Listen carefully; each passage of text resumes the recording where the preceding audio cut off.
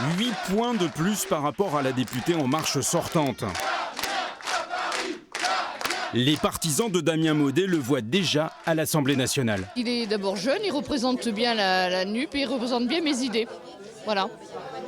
Mes idées de la France insoumise, tout ce qui porte au niveau social et surtout écologique. Mais le candidat qui a été l'assistant parlementaire du député François Ruffin connaît la chanson.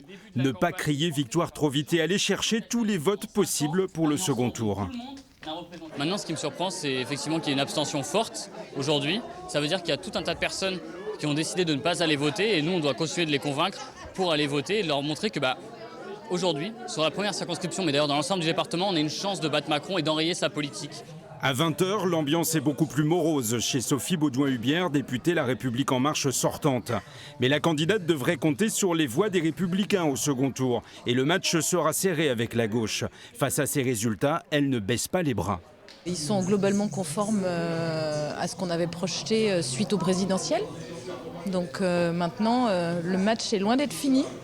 Et donc on se revoit pour ça dimanche prochain. Le Rassemblement national termine en 3e position dans la première circonscription de Haute-Vienne avec 18% des suffrages exprimés.